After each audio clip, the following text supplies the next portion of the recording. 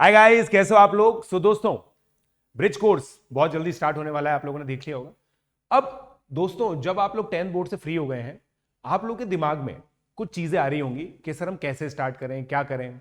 तो आपके लिए एक फंडामेंटल चीज जानना जरूरी है आज, कि ऑब्जेक्टिव एग्जाम और सब्जेक्टिव एग्जाम में क्या फर्क होता है। ऑब्जेक्टिव एग्जाम और सब्जेक्टिव एग्जाम में क्या फर्क होता है और क्या सिमिलैरिटीज भी होती है।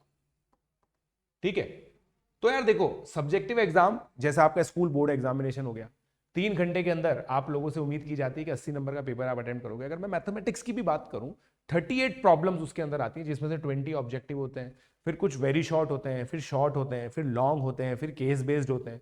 अलग अलग पेपर पैटर्न बेसिकली आता है। और 3 घंटे में लार्जली, जैसे अगर मैं बात करूं, 38 प्रॉब्लम्स आप लोगों ने किए। अब मैं यहां पे दोस्तों केस इन हैंड लेता हूं जेई मेन को। ठीक है, जेई मेन और नीट को।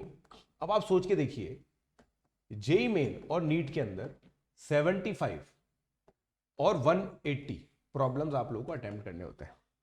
चॉइस यहां पे भी मिलती है, यहां पे भी मिलती है, इंटरनल चॉइस। यहां पे 90 में से 75 करने होते हैं, यहां पे 200 में से 180 करने होते हैं। यहां पे 3 घंटे 20 मिनट का टाइम होता है, यहां पे 3 घंटे का टाइम होता है। तो नंबर ऑफ क्वेश्चंस अटेम्प्ट करना ऑब्जेक्टिव में बहुत ज्यादा होता है, क्योंकि यहां पे दोस्तों आप लोगों को रिप्रेजेंटेशन करना होता है।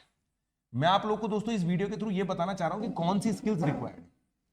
यहां पे आप लोगों को रिप्रेजेंटेशन नहीं, आपको एक्यूरेसी और स्पीड चाहिए। ठीक है, accuracy and speed. Getting my point. कितना फास्ट आप सॉल्व करते हैं और कितना एक्यूरेटली आंसर निकालते हैं, ये बहुत ज्यादा इंपॉर्टेंट स्किल होती है। यहां पे आपने मान लीजिए कोई सिली मिस्टेक की, तो 6 में से 5 नंबर आप लोगों को मिल जाएंगे। यहां पे 6 में से 0 मिलेगा। एक भी नंबर आप लोगों को नहीं मिलने वाला है अगर ऐसा होता है तो। अब यहां पे देखो, नोट्स बहुत स्पेशलाइज्ड बनते हैं। नोट स्पेशलाइज्ड होते हैं यहां पे। अब यहां पे दोस्तों एक बहुत इंपॉर्टेंट चीज बता रहा हूं, यहां पे नोट्स जनरलाइज्ड होते हैं। यहां पे जनरलाइज्ड नोट्स क्या होते हैं मैं आपको बताता हूं। आप लोगों ने दोस्तों बहुत बार देखा होगा कि यार किसी टॉपर के नोट्स मिल जाए हमारा काम हो जाएगा। ये सीबीएसई वगैरह में काम कर जाता होगा, क्योंकि सीबीएसई में जिस तरह से आप नोट्स बनाते हैं उसी तरह से आपको पेपर अटेम्प्ट करना है। भाई जमा जमा के let this be X, let this be Y, ये सब लिखते होंगे आप। बाय एस एस थ्योरम ये होता है, राइट। यहां पे कोई नहीं पूछ रहा आपसे ये चीज। तो यहां पे स्पेशलाइज्ड नोट्स बनते हैं जो बहुत फास्ट होते हैं। फास्ट नोट्स का मतलब क्या होता है दोस्तों, आप लोग क्लास में बैठे बैठे जब टीचर बताएगा ना उसके साथ नोट्स बनाएंगे, तो आपकी राइटिंग बहुत फास्ट होनी चाहिए। और नोट्स ऐसे बनेंगे जो आपको समझ में आए। आपको अच्छी हैंड राइटिंग के लिए एक्स्ट्रा मार्क्स यहां पे नहीं मिलते, यहां पे मिलते होंगे। एक्स्ट्रा मार्क्स आप लोगों को अच्छी हैंड राइटिंग के लिए नहीं मिलने वाले हैं यहां पे। यहां पे आप ऐसे नोट्स बनाएंगे जो आपके खुद के को समझ में आए। जैसे आप यूज करेंगे बिटवीन के लिए BW, ये ऐसे बिटवीन लिखते हैं। सच दैट के लिए ऐसे लिखेंगे, आप खुद के एब्रीविएशंस बनाएंगे। आप खुद सोच के देखो, सब्जेक्टिव एग्जामिनेशन में बिटवीन को आप BW थोड़ी लिख सकते हो, सच दैट को ST थोड़ी लिख सकते हो। मगर आप ऐसे एब्रीविएशन इसलिए बनाओगे ताकि आप लोगों को जल्दी से जल्दी नोट्स बनाने का आदत हो जाए। और आप खुद सोच के देखो ना, जब आप एग्जाम में भी अटेम्प्ट करोगे तो टाइम बेस्ड प्रैक्टिस तो करनी पड़ेगी ना आपको। भाई एक लिमिटेड टाइम होता है, बहुत कम बच्चे होते हैं जिनके लिए बोर्ड के अंदर समय कम पड़ जाता है, मगर यहां पे मैक्सिमम बच्चों के लिए समय कम पड़ जाता है। तो टाइम बेस्ड एग्जाम है, तो आपको टाइम बेस्ड प्रैक्टिस भी करनी पड़ेगी। भाई सीधी सीधा हिसाब किताब है, यहां पे नॉट रिक्वायर्ड। सीधा हिसाब किताब है। अगर आप T20 खेल रहे हो तो T20 के हिसाब से नेट प्रैक्टिस करोगे ना यार। आप स्कूप शॉट प्रैक्टिस करोगे। आपको मतलब जैसे आपका कोच है, आप लोगों ने बहुत सारे ऐसे वीडियोस देखे होंगे जिसमें कोच बोलते होंगे भाई एक ओवर में 14 रन बनाने हैं। ठीक है, एक ओवर में 14 रन बनाने का टारगेट क्यों मिलता है, क्योंकि ऐसा टारगेट मैच में भी मिल सकता है। तो ये प्रैक्टिस है। उसी तरह से टाइम बाउंड प्रैक्टिस यहां पे होती है। तो टाइम बेस्ड एग्जाम जो होता है ना, वो बहुत ज्यादा रिक्वायर्ड होता है इसके अंदर। तो इस हिसाब से यहां पे DPPs मिलती है, रेगुलर प्रैक्टिस करनी पड़ती है। ऑब्जेक्टिव एग्जाम में 12 to 14 आवर्स की स्टडी होती है, राइट। इसके लिए आप लोग रेडी रहें। अगर आप लोग इसके लिए रेडी नहीं है तो रिकंसिडर करें, फिर आप कुछ और करना चाहते हैं लाइफ में। यहां पे दोस्तों 5 to 6 आवर्स ऑफ स्टडी से हो जाता है। अच्छा मैं एक चीज बता दूं दोस्तों, 14 घंटे के अंदर कोचिंग का टाइम भी इंक्लूडेड है। ऐसा ना सोचेंगे कोचिंग का टाइम इसमें इंक्लूडेड नहीं है। कोचिंग का टाइम 14 आवर्स में इंक्लूडेड है। ठीक है, यहां पे मैं ये मान के चला 3 से 4 घंटे स्कूल जाके 1-2 घंटे की पढ़ाई करके हो जाता होगा काम, राइट। तो यहां पे दोस्तों 12 से 14 घंटे की स्टडी लगती है, राइट।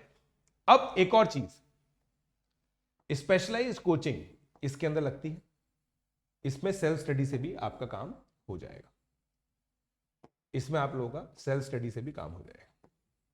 अब यार देखो, आप बोलोगे सर मैं तो YouTube एक चैनल जानता हूं जिसके अंदर सब कुछ दे रखा है सर, DLP DPP भी दे रखी है, नोट्स भी दे रखे हैं, टेस्ट सीरीज भी दे रखी है, सब फ्री में दे रखा है सर, वो कर लूंगा मैं। भाई वो भी स्पेशलाइज्ड चीज है, किसी ने क्यूरेट करके दिया है ना तुम्हारे लिए, किसी ने चाहे फ्री में दिया हो मगर तुम्हारे लिए क्यूरेट किया है ना, उसी के हिसाब से तुम पढ़ रहे हो, उसी आदमी के लेक्चर्स देख रहे हो, तो वो स्पेशलाइज कोचिंग में ही आता है।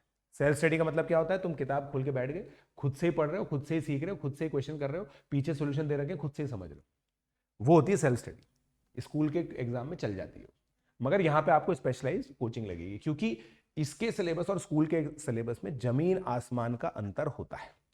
स्कूल का सिलेबस बहुत छोटा होता है, यहां पे बहुत बड़ा सिलेबस होता है बेसिकली, राइट। तो दोस्तों ऑब्जेक्टिव एग्जामिनेशन और सब्जेक्टिव एग्जामिनेशन के लिए जब इतना ड्रास्टिक डिफरेंस है ना, there has to be a acclimatization exercise. Acclimatization exercise का मतलब क्या होता है, आपको यूज टू होना पड़ेगा ऑब्जेक्टिव एग्जाम के लिए, और उसके लिए लगता है 1 से 2 मंथ।